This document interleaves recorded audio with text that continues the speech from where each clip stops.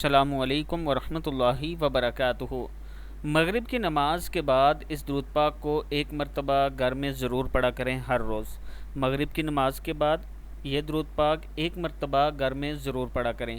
اللہم صلی علی سیدنا محمد و آلہ و اصحابہ و اولادہ و ازواجہ و ذریاتہ وأهل بيته وأصهاره وأنصاره وأشياعه ومحبيه وأمته وعلينا اللهم صل على سيدنا محمد وآله وأصحابه وأولاده وأزواجه وذرياته وأهل بيته وأصهاره وأنصاره وأشياعه ومحبيه وأمته وعلينا